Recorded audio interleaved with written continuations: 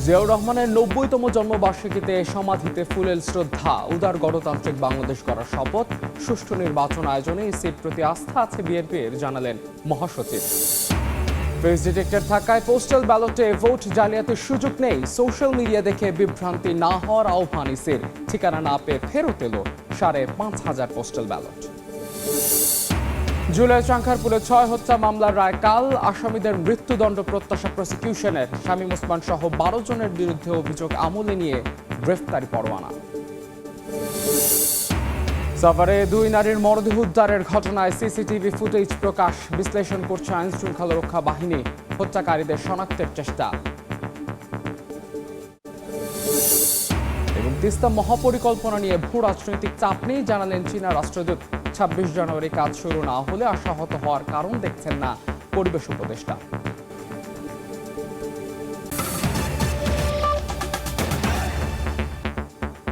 সময় সংবাদের সঙ্গে আছে আমি মাহাদ ইসলাম ধ্রুব। বিএনপির প্রতিষ্ঠাতা শহীদ রাষ্ট্রপতি জিয়াউর রহমানের জন্মদিনে তার সমাধিতে শ্রদ্ধা জানাতে ঢল নামল নেতাকর্মীদের। শ্রদ্ধা নিবেদন শেষে শহীদ জিয়ার আদর্শ বাস্তবায়ন এবং উদার গণতান্ত্রিক বাংলাদেশ গড়ার শপথের কথা জানান বিএনপি মহাসচিব মির্জা ফখরুল ইসলাম আলমগীর। এছাড়া সফল নির্বাচন আয়োজনে ইসির প্রতি দলের আস্থার কথাও জানান তিনি। বিএনপির প্রতিষ্ঠাতা শহীদ রাষ্ট্রপতি জিয়াউর রহমানের ৯০তম জন্মবার্ষিকী দিনটি স্মরণে সোমবার সকাল থেকেই তার সমাধিতে ভিড় করেন বিএনপির নেতাকর্মীরা।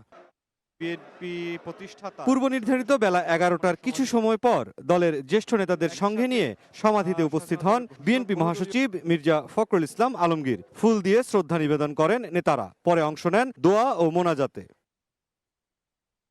সাংবাদিকদের সঙ্গে আলাপে দলের প্রতিষ্ঠাতার জন্মদিনে উদার গণতান্ত্রিক বাংলাদেশ গড়তে শপথ নেয়ার কথা জানান বিএনপি মহাসচিব। শপথের মধ্য দিয়ে বাংলাদেশ জাতীয়তাবাদী দল ও সমস্ত অঙ্গ সংগঠন বাংলাদেশে শহীদ জিয়ার যে আদর্শ, সে আদর্শকে এখানে বাস্তবায়িত করবে। এক প্রশ্নের জবাবে সফল নির্বাচন আয়োজনে কমিশনের প্রতি বিএনপির আস্থার কথাও জানান মির্জা ফখরুল। আমরা এখন পর্যন্ত নির্বাচন কমিশনকে দেখেছি যে মোটামুটিভাবে তারা যোগ্যতার সঙ্গেই কাজ করছে। আমাদের যে সমস্যাগুলো একটা আমরা মনে করেছি, সেগুলো আমরা গতকাল তার সামনে তুলে ধরেছি এবং আমরা বিশ্বাস করি যে নির্বাচন কমিশন যোগ্যতার সঙ্গে এই নির্বাচন পরিচালনা করতে সক্ষম হবে। এদিকে জিয়াউর রহমানের সমাধিতে শ্রদ্ধা জানাতে নেতাকর্মীদের ঢল বাড়ে বেলা বাড়ার সঙ্গে সঙ্গে। মুরসালিন হক জুনায়েদ, সময় সংবাদ, ঢাকা। এই মুহূর্তে জিয়া উদ্যানে আছেন সহকর্মী মুরসালিন হক জুনায়েদ, সেখানকার সবশেষ খবর জানতে সরাসরি যাচ্ছে তার কাছে। মুরসালিন। বিএনপি প্রতিষ্ঠাতা শহীদ রাষ্ট্রপতি জিয়াউর রহমানের ৯০তম যে জন্মবার্ষিকী দিনটি স্মরণে তার যেই সমাধি রয়েছে, এই সমাধিতে আজকে সকাল থেকেই যতটুকু বেলা বেড়েছে এই পর্যন্ত বিএনপির এবং তার বিভিন্ন সহযোগী সংগঠনগুলো রয়েছে, প্রত্যেকটির বিভিন্ন স্তরের নেতাকর্মীরা কিন্তু একে একে সমাধিতে আসছেন এবং এখানে তাকে স্মরণ করে তারা শ্রদ্ধা নিবেদন করছেন, পাশাপাশি দোয়াও করছেন এবং বিএনপিকে কেন্দ্র করে যেই স্লোগানগুলো রয়েছে সম্মানসূচক, শ্রদ্ধাসূচক, সেই স্লোগানে কিন্তু মুখরিত করে রেখেছেন এই যে সমাধি প্রাঙ্গণটি রয়েছে এই জায়গাটিতে। বেলা ১১টায় বিএনপির কেন্দ্রীয় কমিটির যে পূর্ব নির্ধারিত কর্মসূচি, সেই কর্মসূচিতে বিএনপি মহাসচিব মির্জা ফখরুল ইসলাম আলমগীর দলের সিনিয়র অন্যান্য নেতাদের নিয়ে এই সমাধিতে আসেন এবং এখানে এসে আনুষ্ঠানিকভাবে শ্রদ্ধা নিবেদন এবং দোয়া মোনাজাতে অংশ নেন। পরবর্তীতে যে বিষয়গুলো তার বক্তব্যে তিনি তুলে ধরেছেন যে স্বাধীনতার ঘোষক, ৭১-এর জেড ফোর্সের অধিনায়ক, বহুদলীয় গণতন্ত্রের প্রবক্তা, আধুনিক বাংলাদেশের রূপকার, এই কথাগুলো জানিয়ে শহীদ রাষ্ট্রপতি জিয়াউর রহমানের প্রতি যে সম্মান এবং শ্রদ্ধা সেটি বিএনপির পক্ষ থেকে জানানোর মধ্য দিয়ে যে নতুন বাংলাদেশ গড়ার যে এক ধরনের প্রক্রিয়া, সেই প্রক্রিয়ায় নতুন বাংলাদেশ গড়তে, ধ্বংসপ্রাপ্ত অর্থনীতি নতুন করে গড়ে তুলতে এবং গণতান্ত্রিক বাংলাদেশ প্রতিষ্ঠার জন্য শহীদ রাষ্ট্রপতি জিয়াউর রহমানের যে আদর্শ রয়েছে সেই আদর্শকে বাস্তবায়নের শপথের কথা জানিয়েছেন দলের পক্ষ থেকে। এবং এখন পর্যন্ত যেই বিষয়টি দেখা যাচ্ছে যে দলের বিভিন্ন স্তরের নেতাকর্মীরা কিন্তু এখনও এই সমাধিতে ভিড় করছেন, তারা শ্রদ্ধা জানাচ্ছেন এবং দোয়া ও মোনাজাত করছেন। এই ছিল এখন পর্যন্ত এখান থেকে সবশেষ খবর। শহীদ প্রেসিডেন্ট জিয়াউর রহমানের ৯০তম জন্মবার্ষিকীতে তার সমাধিতে বিএনপি নেতাকর্মীদের ঢল, সেখানকার সবশেষ খবর জানাচ্ছিলেন সহকর্মী মুরসালিন হক জোনায়েদ। আজ কমলের জন্মদিন। বহুদলীয় গণতন্ত্র ও জাতীয়তাবাদের প্রবর্তক জিয়াউর রহমানের ৯০তম জন্মবার্ষিকী। ১৯৩৬ সালের ১৯ জানুয়ারি বগুড়ার গাবতলী উপজেলার বাগবাড়ি গ্রামে জন্ম নিয়েছিলেন তিনি। সমৃদ্ধশালী, সুখী ও স্বনির্ভর বাংলাদেশের স্বপ্ন নিয়ে রাষ্ট্র ক্ষমতায় এসেছিলেন ক্ষণজন্মা জিয়াউর রহমান, যিনি আর্থসামাজিক উন্নয়নে স্বাধীন পররাষ্ট্রনীতি ও কৃষি বিপ্লব ছাড়াও বাকশাল থেকে বেরিয়ে বহুদলীয় গণতন্ত্র প্রতিষ্ঠা করেছিলেন।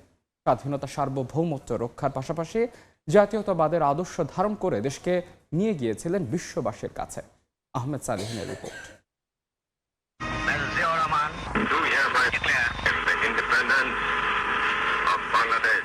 সাহসী বীরের এক ঘোষণায় পাল্টে দিয়েছিল পুরো দৃশ্যপট। ৭১-এর রণাঙ্গনে ৯ মাসের সংগ্রামে সৃষ্টি হয় লাল সবুজের বাংলাদেশ। স্বাধীনতার ঘোষণা দিয়ে মেজর জিয়াউর রহমান ঠাঁই করে নেন বাংলার মানুষের হৃদয়ের মণিকোঠায়। যিনি স্বপ্ন দেখিয়েছিলেন সমৃদ্ধশালী বাংলাদেশের, সারা বিশ্বের সামনে মাথা উঁচু করে দাঁড়াবে প্রিয় জন্মভূমি।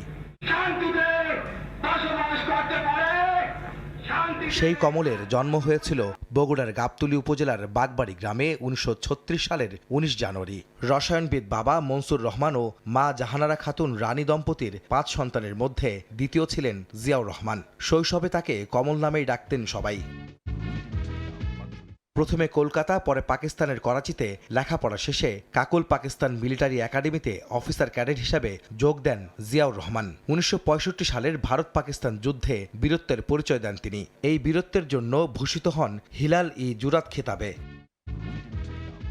১৯৭১ সালে মহান মুক্তিযুদ্ধে প্রথমে চট্টগ্রামে নবগঠিত ৮ম ইস্ট বেঙ্গল রেজিমেন্টের সেকেন্ড ইন কমান্ড, পরে ১ নম্বর সেক্টরের কমান্ডার নিযুক্ত হন জিয়াউর রহমান। ৭১-এর জুন থেকে ১১ নম্বর সেক্টর ও জেড ফোর্সের কমান্ডার হিসাবে পাকিস্তান হানাদার বাহিনীর বিরুদ্ধে যুদ্ধে অংশগ্রহণ করেন তিনি। স্বাধীনতা যুদ্ধে বীরত্বের জন্য বীর উত্তম উপাধিতে ভূষিত করা হয় জিয়াউর রহমানকে। ৭৫-এ সপরিবারে বঙ্গবন্ধু শেখ মুজিবুর রহমানকে হত্যার পর টালমাটাল পরিস্থিতিতে চলে অভ্যুত্থান আর পাল্টা অভ্যুত্থান। সিপাহী জনতার বিপ্লবে ক্ষমতায় আসীন হন জিয়াউর রহমান। সে সময় সেনাপ্রধান হিসাবে নিযুক্ত হন তিনি। সামনে আসে দেশ গড়ার নতুন স্বপ্ন। রাষ্ট্রপতি নির্বাচিত হয়ে সমৃদ্ধশালী দেশ গড়তে দেশের এ প্রান্ত থেকে অন্য প্রান্তে ছুটে বেড়ান জিয়াউর রহমান। আর্থসামাজিক উন্নয়নের দারুণ স্বপ্ন নিয়ে মানুষের খুব কাছে পৌঁছে যান তিনি। অর্থনীতি উন্নয়নে নানা পদক্ষেপ গ্রহণ করেন। পোশাক খাত ও বৈদেশিক মুদ্রা আয়ে বিভিন্ন দেশে শ্রমিক প্রেরণের মাধ্যমে নতুন বিপ্লবের সূচনা করেছিলেন জিয়াউর রহমান, যা বাংলাদেশের অর্থনীতিতে এখনও শক্ত ভিত হয়ে দাঁড়িয়ে আছে। কৃষি খাতে বিপ্লব ঘটিয়ে খাল খনন কর্মসূচি হাতে নিয়েছিলেন জিয়া। কৃষি খাতে বাংলাদেশ আজ স্বয়ংসম্পূর্ণ তারই হাত ধরে। আমরা জাতীয় জীবনে এক নতুন অধ্যায়ের সূত্রপাত করতে যাচ্ছি। বাকশাল থেকে বেরিয়ে বহুদলীয় গণতন্ত্র প্রতিষ্ঠা করেছিলেন জিয়াউর রহমান। সংবাদপত্রের স্বাধীনতা এনেছিলেন তিনি। সবার সাথে বন্ধুত্ব সম্পর্ক বজায় রেখে দেশের স্বার্থকে প্রাধান্য দিয়ে স্বাধীন পররাষ্ট্রনীতিও তৈরি করেছিলেন জিয়াউর রহমান। কোন দেশের কর্তৃত্ব ও আধিপত্যবাদ মেনে নিতে পারেননি তিনি। দক্ষিণ এশিয়ার স্বার্থ ও প্রতিটি দেশের সার্বভৌম রক্ষায় সার্ক গঠন করেছিলেন জিয়া। সে সময় মিয়ানমারের সঙ্গে আলোচনার মাধ্যমে রোহিঙ্গা সমস্যা সমাধানে তাদের প্রত্যাবাসন শুরু হয় ১৯৭৮ সালে। আন্তর্জাতিক অঙ্গনেও বাংলাদেশকে নিয়ে গিয়েছিলেন অনন্য উচ্চতায়। ১৯৮১ সালে ইরান ইরাক যুদ্ধ বন্ধে মধ্যস্থতার দায়িত্বও পেয়েছিলেন Ziaur Rahman. I'm also glad that a system is emerging in our country. ১৯৭৮-এ সেনাবাহিনী থেকে অবসর গ্রহণ করে রাজনীতির মাঠে নতুন করে আলোচনায় আসেন জিয়াউর রহমান। বহুদলীয় গণতন্ত্রের প্রবক্তা, নিজেও প্রতিষ্ঠা করেন বাংলাদেশ জাতীয়তাবাদী দল বিএনপি। জিয়াউর রহমানই প্রবর্তন করেন রাষ্ট্রীয় খেতাব, স্বাধীনতা ও ২১ পদক। জাতীয়তাবাদের আদর্শে সাধারণ মানুষকে উজ্জীবিত হতে শিখিয়েছেন জিয়াউর রহমান, যার বিচক্ষণতা আর দূরদর্শিতা বাংলাদেশকে বিশ্বের কাছে পরিচিত করেছে। সেই সাহসী মহানায়ক ক্ষণজন্মা জিয়াউর রহমান মাত্র ৪৫ বছর বয়সে শহীদ হন বিপথগামী কিছু সেনা সদস্যদের হাতে। যে চট্টগ্রাম থেকে স্বাধীনতার ঘোষণা দিয়েছিলেন এক বীর, তাকে ১৯৮১ সালের ৩০ মে ষড়যন্ত্রের মাধ্যমে হত্যা করা হয় সেই চট্টগ্রামেই। রেখে যান ২ শিশু সন্তান ও সহধর্মিণী বেগম খালেদা জিয়াকে। লাখো কোটি মানুষের হৃদয়ে যিনি আজও বেঁচে আছেন স্বাধীনতা, সার্বভৌম ও জাতীয়তাবাদের কাণ্ডারি হয়ে, তিনি সেই কমল, সেই জিয়াউর রহমান। আহমেদ সালেহিন, সময় সংবাদ, ঢাকা। ফেস ডিটেক্টর থাকায় পোস্টাল ব্যালটে একজনের ভোট আরেকজনের দেওয়ার কোনো সুযোগ নেই বলে জানিয়েছেন নির্বাচন commissioner Abul Fazal Mohammad Sanaullah. Social media দেখে বিভ্রান্ত না হওয়ার আহ্বান জানান তিনি। পোস্টাল ব্যালটের ভোট গণনা কার্যক্রম পরিচালনায় নিয়োগপ্রাপ্ত প্রিজাইডিং অফিসারদের প্রশিক্ষণ অনুষ্ঠানে তিনি একথা বলেন। ভোটার খুঁজে না পাওয়ায় মালয়েশিয়া থেকে 4,000 এবং ইতালি থেকে 1,600 ব্যালট ফেরত এসেছে বলেও জানান তিনি। সামান্যতম যেন কোনো দিকে আমরা হেলে বা বেঁকে না যায়। দেশের বাইরের ব্যালটগুলো ইতিমধ্যে প্রেরণ করা হয়েছে 7.5 লাখের কিছু বেশি, সম্ভবত 7,66,000 বা 67,000। এই ব্যালটের একটা উল্লেখযোগ্য সংখ্যক বেশিরভাগই ভোট আকারে ফেরত আসবে, কিছু আসবে না। ইতিমধ্যে কিছু কিন্তু আমাদের ড্যামেজ হওয়া শুরু হয়েছে, যেমন ভুল ঠিকানা যারা লিখেছেন তাদের ব্যালট কিন্তু আনডেলিভার্ড বাংলাদেশে ফেরত আসছে। এটা যাবেই না আপনাদের কাছে, এটা পোস্টাল ডিপার্টমেন্টের কাছে রয়ে যাবে। নানা দাবিতে আজও নির্বাচন কমিশনের সামনে অবস্থান নিয়েছে ছাত্রদল। সেখানে আছেন সহকর্মী আব্দুল্লাহ শাফি। সরাসরি যাচ্ছি তার কাছে। শাফি, শুরু হয়েছে এই নির্বাচন কমিশন ভবনের সামনে ছাত্র দলের যে ঘেরাও কর্মসূচি, নির্বাচন কমিশনের ঘেরাও কর্মসূচি, সেটি শুরু হয়েছে এবং এটি মূলত গতকাল যে তারা তিন দফা দাবিতে তারা নির্বাচন কমিশন ঘেরাওয়ের যে কর্মসূচি দিয়েছিল তারই ধারাবাহিকতায় এটি আসলে 3 দফা কর্মসূচির মধ্যে রয়েছে যে নির্বাচন কমিশন পোস্টাল ব্যালটের ক্ষেত্রে নানা ধরনের পক্ষপাতমূলক আচরণ করছে, বিতর্কিত সিদ্ধান্ত নিয়েছে, যা নির্বাচনের নিরপেক্ষতা নিয়ে গুরুতর প্রশ্ন সৃষ্টি করেছে বলে ছাত্রদলের অভিযোগ। দ্বিতীয়ত তারা বলছে যে একটি বিশেষ রাজনৈতিক গোষ্ঠীর চাপের কারণে ইসি দায়িত্বশীল ও যুক্তিসঙ্গত সিদ্ধান্তের পরিবর্তে হঠকারী এবং এটিকে তারা অদূরদর্শী সিদ্ধান্ত হিসেবে আখ্যা দিয়ে তারা এবং সেটাকেও তারা স্বাধীনতা, নির্বাচন কমিশনের স্বাধীনতা এবং পেশাদারিত্বের ব্যাপারে প্রশ্ন তুলেছেন। এবং সবশেষ যে তাদের দাবিটি যে শাহজালাল প্রযুক্তি বিশ্ববিদ্যালয় অর্থাৎ সাস্টের যে সাকসু নির্বাচনের বিষয়টি, যে নির্বাচন কমিশন একটি প্রজ্ঞাপন দিয়েছে 20 তারিখেই এই নির্বাচন অনুষ্ঠিত হবে, সেটি নিয়ে তারা প্রতিবাদ জানিয়েছে এবং তারা বলছে যে এটি আসলে গণতান্ত্রিক চর্চার জন্য বেশ উদ্বেগজনক। এই নিয়ে গতকাল তারা নির্বাচন কমিশনের তারা মিটিং করেছিল নির্বাচন কমিশনের সঙ্গে এবং এইটার ধারাবাহিকতায় তারা বলছেন আজ যদি আসলে এটা সমাধান না হয়, মেনে না নেয়, তাহলে তারা এই বিষয়গুলো নিয়ে লাগাতার এবং সারা রাত প্রয়োজনে থাকবে। তবে এইখানে তারা যে সমস্ত প্রশ্নগুলো উত্থাপন করছে, বিশেষ করে পোস্টাল ব্যালটের ব্যাপারে, ঠিক একই বিষয়ে কিন্তু নির্বাচন কমিশনের ভিতরে কিন্তু একটা আলোচনা হচ্ছে, যেখানে পোস্টাল ব্যালট নিয়ে নানা বিচার বিশ্লেষণ করা হচ্ছে এবং বলছে যে 39টি প্রতীক রয়েছে, যেখানে পোস্টাল ব্যালটের মধ্যে ভাজে পড়েছে। তো এই ছিল এখানকার সর্বশেষ পরিস্থিতি। ছাত্রদলের নির্বাচন কমিশন ঘেরার সবশেষ খবর জানাচ্ছিলেন সহকর্মী আব্দুল্লাহ শাফি। সময় সংবাদ আরও থাকছে। পুরোপুরি বন্ধ বড়পুকুরিয়া তাপবিদ্যুৎ কেন্দ্রের উৎপাদন 1 নম্বর ইউনিটের বয়লারের চিপ ফেটে যাওয়ার কারণ রংপুর বিভাগে বিদ্যুৎ সরবরাহে বিঘ্নের শঙ্কা। জুলাই আন্দোলনে নারায়ণগঞ্জে 10 জনকে হত্যা মামলায় সাবেক এমপি শামীম ওসমান ও তার ছেলে অয়ন ওসমান সহ 12 জনের বিরুদ্ধে অভিযোগ আমলে নিয়ে গ্রেফতারি পরোয়ানা জারি করেছেন আন্তর্জাতিক অপরাধ ট্রাইব্যুনাল। সোমবার তাদের বিরুদ্ধে আদেশ দেন আন্তর্জাতিক অপরাধ ট্রাইব্যুনাল 1-এর বিচারিক প্যানেল। অভিযোগে বলা হয় 19 ও 21 জুলাই নারায়ণগঞ্জ এলাকায় দেশীয় ও বিদেশি অস্ত্র হাতে শিক্ষার্থীদের বিরুদ্ধে মাঠে নামেন শামীম ওসমান ও তার অনুসারীরা। নারায়ণগঞ্জ ক্লাবে আন্দোলন দমনের পরিকল্পনা করেন এবং রাইফেলস ক্লাবের সব অস্ত্র লুট করে তারা শিক্ষার্থীদের উপর ঝাঁপিয়ে পড়েন।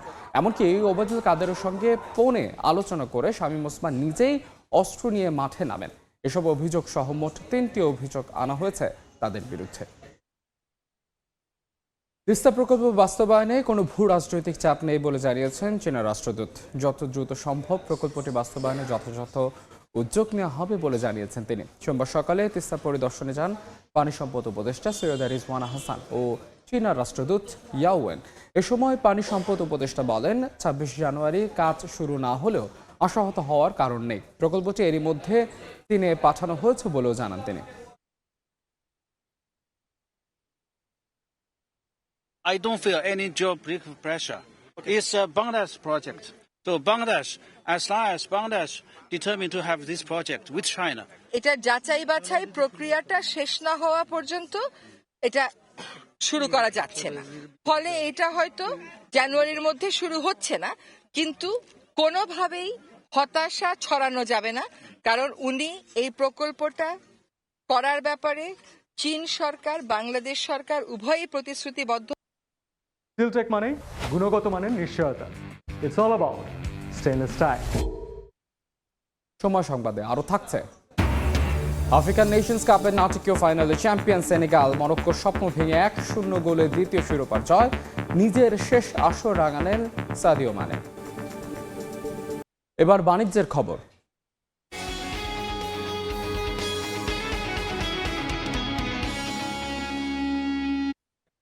ঘুষ, অনিয়ম, দুর্নীতি আর উৎপাদিত পণ্য পাচার করছে ইনসুলেটর ও স্যানিটারি ওয়্যার উৎপাদনকারী দেশের একমাত্র সরকারি প্রতিষ্ঠান বিআইএসএফ। সময় সংবাদের অনুসন্ধানে মিলেছে প্রমাণ, বছরের পর বছর ধরে এই অনিয়ম দুর্নীতির কারণে সফলতার মুখ দেখছে না প্রতিষ্ঠানটি। অথচ বৈদেশিক মুদ্রা সাশ্রয় করতে প্রতি বছর অর্থায়ন করছে শিল্প মন্ত্রণালয়। এস এম আজিমের রিপোর্টে বিস্তারিত। ক্যামেরায় ছিলেন আদিত্য ধর। ঘুষের টাকা গুনে গুনে নেয়ার পরই ফাইলের দিকে নজর দেন শিল্প মন্ত্রণালয়ের অধীনস্থ Bangladesh insulator and sanitary ware factory limited BISF এর সহকারী ব্যবস্থাপক আব্দুল্লাহ আল মামুন। এমন অসংখ্য অনিয়ম আর দুর্নীতির অভিযোগের সত্যতা অনুসন্ধানে বিআইএসএফে সময় সংবাদ। শুরুতেই প্রকাশ্য দিবালোকে সিরামিক পণ্য পাচারের চিত্র ধরা পড়ে সময় সংবাদের ক্যামেরায়। সারা দেশে ঠিকাদারের মাধ্যমে পণ্য পাঠানোর কথা থাকলেও ট্রাক ভর্তি সিরামিক পণ্য কোথায় যাচ্ছে তা জানেনই না ঠিকাদাররা। আজকে না, শুধু কোনো সম্পর্কে আমি কিছু জানি না। এই বড় বড় মন্ত্রণালয় এইভাবে চেয়ারে বসে তারা টাকা হাতিয়ে নিচ্ছে। কথা বলতে গেলে বন্ধ করে দেয়া হয় গোডাউনের দরজা। ক্যামেরা অফ করেন প্লিজ, পারমিশন ছাড়া।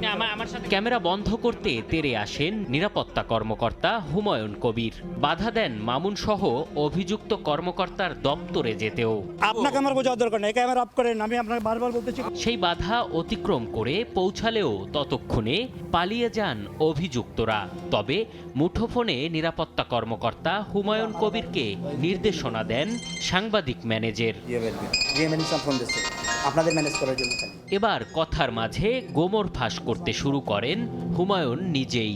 1 লাখ টাকার একটা মাল কারখানা থেকে বের হয়ে যায়, সিকিউরিটি গার্ডে 100 টাকা দেয়। এমন অনিয়ম দুর্নীতি সম্পর্কে জানতে এবার বিসিআইসি ভবনে সময় সংবাদ।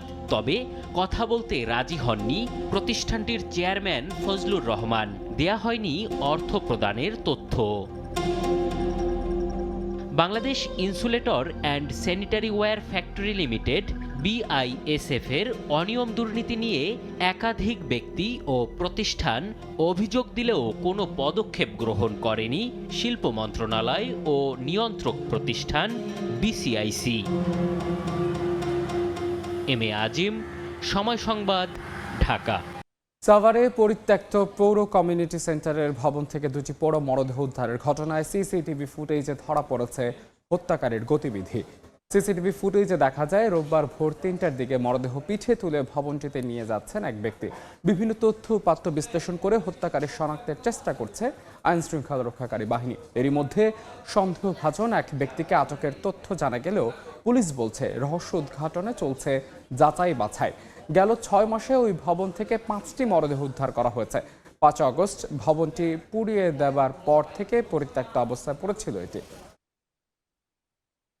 বড়পুকুরিয়া তাপবিদ্যুৎ কেন্দ্রের বয়লারের টিউব ফেটে বিদ্যুৎ উৎপাদন বন্ধ রয়েছে। তাপবিদ্যুৎ কেন্দ্রের প্রধান প্রকৌশলী আবু বকর সিদ্দিক জানান, সকালে বিদ্যুৎ কেন্দ্রটির 1 নম্বর ইউনিটে বয়লারের টিউবটি ফেটে যায়।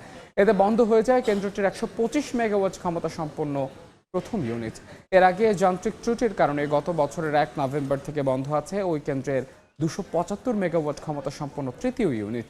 আর 2020 সালের নভেম্বর থেকে বন্ধ আছে 125 মেগাওয়াট ক্ষমতা সম্পন্ন দ্বিতীয় ইউনিট। সবশেষ টিউব ফেটে প্রথম ইউনিটটি বন্ধের মধ্য দিয়ে পুরোপুরি বন্ধ হয়ে গেল বড়পুকুরিয়া তাপবিদ্যুৎ কেন্দ্রের উৎপাদন কার্যক্রম। এতে রংপুর বিভাগে বিদ্যুৎ সরবরাহের ঘাটতির আশঙ্কা দেখা দিয়েছে। দেখছেন সময় সংবাদ। এবার দেশের বাইরের খবর। স্পেনের দক্ষিণাঞ্চলে যাত্রীবাহী 2টি ট্রেনের সংঘর্ষে অন্তত 21 জন নিহত হয়েছেন, আহত হয়েছেন শতাধিক। এদের মধ্যে 25 জনের অবস্থা গুরুতর বলে জানা গেছে। রোববার রাতে আন্দালুসিয়ার আদামুস এলাকায় এই দুর্ঘটনা ঘটে। স্পেনের রেল সংস্থা জানায় মালাগা থেকে মাদ্রিদগামী একটি ট্রেন লাইনচ্যুত হয়ে বিপরীত লাইনে উঠে গেলে অপর দিক থেকে আসা ট্রেনটির সঙ্গে সংঘর্ষ হয়। দুর্ঘটনায় দুটি ট্রেনই লাইনচ্যুত হয়ে যায়। এ সময় বহু যাত্রী আটকে পড়েন। খবর পেয়ে দ্রুত ঘটনাস্থলে পৌঁছে উদ্ধার কাজ শুরু করে দমকল কর্মীরা ও চিকিৎসক দল। এই ঘটনায় মাদ্রিদ ও আন্দালুসিয়ার রেল সেবা সাময়িকভাবে বন্ধ রয়েছে। গ্রিনল্যান্ড দখলের হুমকি ঘিরে যুক্তরাষ্ট্র ও ন্যাটো মিত্রদের মধ্যে কূটনৈতিক টানাপোড়েন তীব্র হচ্ছে। শুল্ক আরোপের পরিকল্পনাকে ভুল বলে ট্রাম্পকে সরাসরি জানালেন ব্রিটিশ প্রধানমন্ত্রী কিয়ার স্টারমার। আর ফ্রান্সের প্রেসিডেন্ট ইমানুয়েল ম্যাক্রো ট্রাম্পের এই সিদ্ধান্তকে বলছেন অগ্রহণযোগ্য। সম্প্রতি মার্কিন প্রেসিডেন্ট ডোনাল্ড ট্রাম্প ঘোষণা দেন গ্রিনল্যান্ড যুক্তরাষ্ট্রের কাছে বিক্রির বিষয়ে সমঝোতা না হওয়া পর্যন্ত ন্যাটোর 8 সদস্য দেশের ওপর 10% শুল্ক আরোপ করা হবে, যা জুন থেকে বেড়ে 25% পৌঁছাবে। এই তালিকায় রয়েছে Denmark, Finland, France, Germany, Netherlands, Norway, Sweden ও যুক্তরাজ্য। সিদ্ধান্তের প্রতিবাদে ব্রাসেলসে জরুরি বৈঠক করেছেন এসব দেশের নেতারা। যৌথ বিবৃতিতে 8 দেশের নেতারা সতর্ক করেন, ট্রাম্পের পরিকল্পনা বাস্তবায়িত হলে তা একটি বিপজ্জনক নিম্নগামী চক্র তৈরি করতে পারে। ডেনমার্কের প্রধানমন্ত্রী মেটে ফ্রেডেরিকসেন সাফ জানিয়ে দেন, ইউরোপকে ব্ল্যাকমেল করে গ্রিনল্যান্ড নেওয়া যাবে না। একই সুরে ডেনমার্কের পররাষ্ট্রমন্ত্রী লার্স লোককে রাসমুসেন বলেন, যুক্তরাষ্ট্রের সঙ্গে সংলাপ চালু থাকবে, তবে গ্রিনল্যান্ড নিয়ে কোনো আপোষ নয়। ট্রাম্পের এমন সিদ্ধান্তের জবাবে ব্রিটিশ প্রধানমন্ত্রী স্টারমার বলেন, ন্যাটো মিত্রদের যৌথ নিরাপত্তা রক্ষায় মিত্রদের ওপর শুল্ক আরোপ করা সম্পূর্ণ ভুল। এটি নিয়ে সরাসরি মার্কিন প্রশাসনের সঙ্গে আলোচনা করা হবে বলেও জানান তিনি। এদিকে ফ্রান্সের প্রেসিডেন্ট এমানুয়েল ম্যাক্রো বলেন, এমন পরিস্থিতিতে শুল্কের হুমকি অগ্রহণযোগ্য এবং কোনো ভয়ভীতি দিয়ে প্রভাবিত করা যাবে না বলেও মন্তব্য করেন তিনি।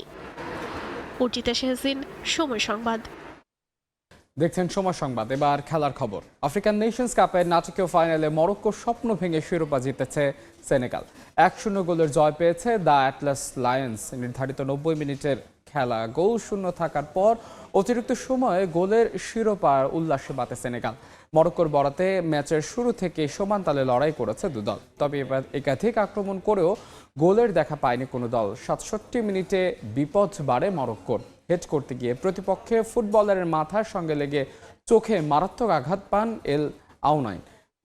মাঠে চিকিৎসা নিয়ে খেলা চালিয়ে যান তিনি। ম্যাচের যোগ করার সময় মরক্কোর ব্রাহিম দিয়াজ সেনেগাল ডিফেন্ডার এল হাজি মালিকের ফাউলের শিকার হলে পেনাল্টি পায় স্বাগতিকরা। রেফারির সিদ্ধান্ত মেনে নিতে পারেনি সেনেগাল। কোচের নির্দেশে মাঠ ছেড়ে চলে যান ফুটবলাররা। 17 মিনিট বন্ধ থাকে খেলা। পরে আবারও খেলা শুরু হলে পেনাল্টি থেকে গোল করতে ব্যর্থ হন ব্রাহিম দিয়াজ। নির্ধারিত সময়ে খেলা গোল শূন্য থাকায় অতিরিক্ত সময়ে গড়ায় ম্যাচ। সেখানে পাপেগের গোলে 2021 সালের পর আবার আফ্রিকান নেশনস কাপ জয়ের উল্লাসে মাতে সেনেগাল। সময় সংবাদের শীর্ষ সংবাদ জানিয়ে দিচ্ছে আরও একবার। জিয়াউর রহমানের 90তম জন্মবার্ষিকীতে সমাধিতে ফুলেল শ্রদ্ধা। উদার গণতান্ত্রিক বাংলাদেশ করার শপথ। সুষ্ঠু নির্বাচন আয়োজনে ইসির প্রতি আস্থা আছে বিএনপির, জানালেন মহাসচিব। ফেস ডিটেক্টেড থাকায় পোস্টাল ব্যালটে ভোট জালিয়াতির সুযোগ নেই। সোশ্যাল মিডিয়া দেখে বিভ্রান্তি না হওয়ার আহ্বান ইসির। ঠিকানা না পেয়ে ফেরত এলো 5,500 পোস্টাল। এবং জুলাই চাংখারপুলের 6 হত্যা মামলার রায় কাল। আসামিদের মৃত্যুদণ্ড প্রত্যাশা প্রসিকিউশনে। শামীম ওসমান সহ 12 জনের বিরুদ্ধে অভিযোগ আমলে নিয়ে গ্রেফতারি পরোয়ানা জারি।